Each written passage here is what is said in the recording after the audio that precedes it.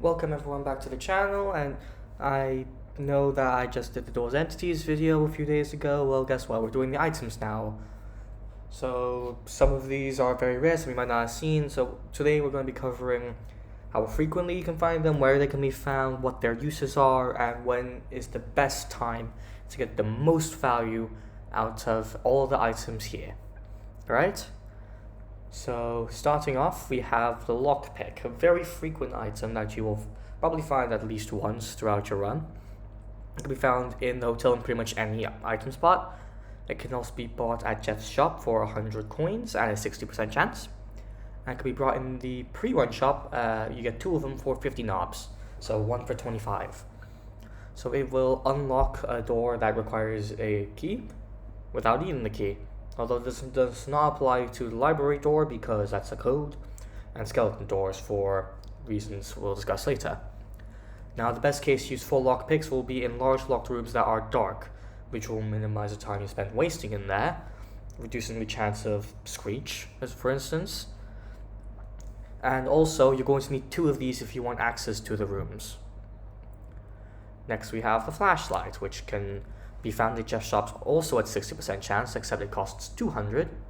It can be bought in the pre-run shop for 100 knobs, so exactly as it sounds. And it can be found in the hotel in most hiding spots, but it's less frequent than that of the lockpick.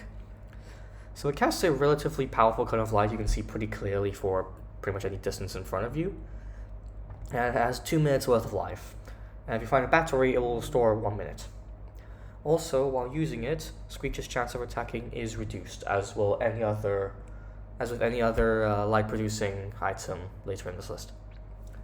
Now, I'd say the best use is for navigating dark rooms, which seems obvious, but here's a tip: don't waste the battery by keeping it on. I'd keep it on just long enough to scan the room and get a sense of how the layout is. Then you can navigate it as long as you remember it.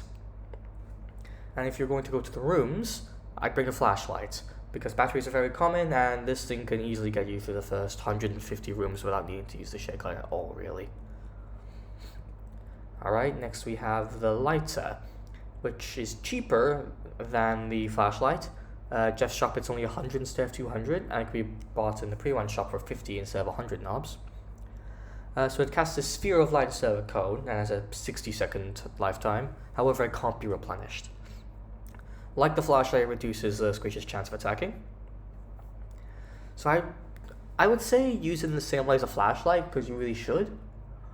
But if you have both, use this first, realistically, because the flashlight is overall just more powerful. It should probably be saved for later stages of the run. Next we have vitamins, a very high frequency item. You can probably find 1 or 2 throughout your run. And then you can buy 3 of them in the pre-run shop for 100 knobs, so about 33 apiece. They can be bought 1 for 100 gold in Jeff's shop. And it grants the player a temporary boost of speed, which lasts for, I timed about 8 seconds. Yeah, the wiki wasn't to help that. There's then a 5-second cooldown before another can be used. Now, the best way to use this is, I find during the seat chase to give yourself a head start in rooms 50 or 100 to escape figure if you're getting backed into a corner. And you can stay crouched. However, figures tracking is based on how fast you're moving. So in this case, pop the vitamin, unshift, and book it and get out of listening range.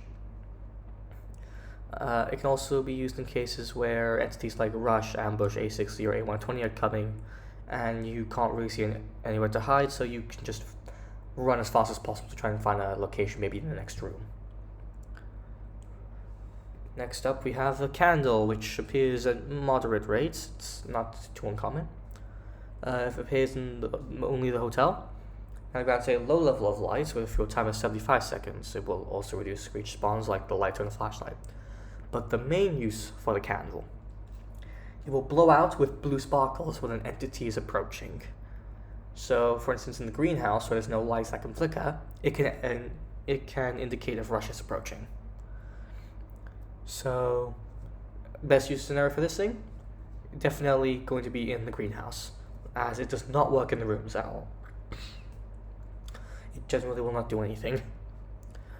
That, by the way, when you're holding it, it will always drain, so store it away when you don't need it. Next we have the Crucifix, a very rare item. Can be found in Jeff's shop at 60% chance as well, but it costs 500 gold. It's pretty expensive. You can sometimes find it above doorways or hung on walls, but it's very rare, and it's usually out of the way to some extent, so you're not going to see it just by walking around through the doors normally. So it will grant a one-time immunity to an entity attack, assuming you're holding it out. So it will not get rid of Secret Figure and will instead stall them for some time, but using this in, say, the greenhouse will save you from a one-time mistake with Rush, for instance. Quick note that it does not do anything in the rooms, and if you plan on speed running the game, not sure if you're allowed items in the speed run, but if so, I would take this thing and I would use it on hold for a chance to get. If not, or maybe you just find it on the wall somewhere because you're looking around, use it on halt, it just cuts out so much time. Alright, now we have the skeleton key, which finding it in drawers is pretty rare, but is guaranteed to appear in Jeff's shop in room 52. Or door 52, my fault. And it costs 300 gold, so you can pre-plan for this if you want to. It allows for the unlocking of skeleton doors, and it will only work one time. It can also work in a place of a regular key, acting kind of like a lockpick in that way, but it really shouldn't be used for that. Instead, there are two places you can use this. One is in the infirmary, where you can unlock the door to the Herb of Viridis, which grants regeneration and a ton of gold, or its plus 2 lockpicks, like I mentioned previously, grants access to the rooms. Realistically, you can only guarantee getting one of those in a run, but if you're a little lucky, you might find another, so who knows. I would personally use it to grab the Herb of Viridis if you don't plan on going to the rooms, but yeah, who knows, you do you. Next we have the Shake Lights.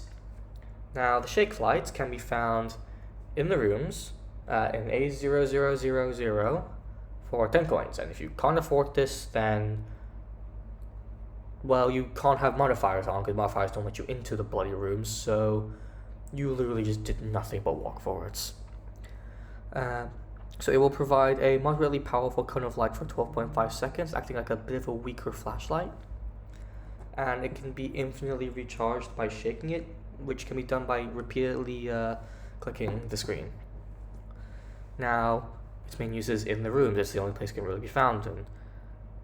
And if you manage to exit the rooms, you get to keep it, which means it can be used like a infinite flashlight.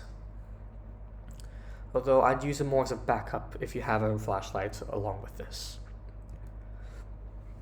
The MVCS 3000, probably the rarest item in the entire game. It can only be found in one location, in A1000. So you need to get through all the rooms to find this thing.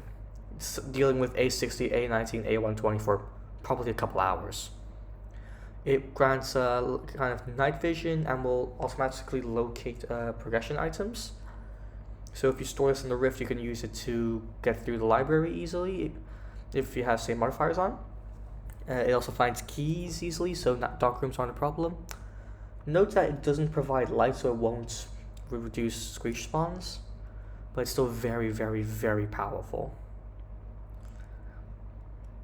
Alright, now we're moving on to the back door. We have the Vial of Starlight, which can be found infrequently in drawers. And it will grant a temporary health and speed boost upon consumption. It's like combining a bandage with a vitamins. So best use, I think, is on low health or low time. And it can also be used to avoid bullets in a similar manner you might use vitamins to avoid, like rush or ambush. Lastly for this list, the Bottle of Starlight, which is a rare item. It can only be found in one place like the MVCS 3000, but it's more accessible. It can be found in room -1 for 100 gold, and I think you can purchase more than one. So it acts as a more powerful version of the Vial of Starlight, granting additional health, and is overall a pretty powerful item. So I'd use it similarly to the Vial of Starlight since it's pretty similar, And the main problem really is just trying to obtain it, since looting throughout the back door will be difficult with the time constraint.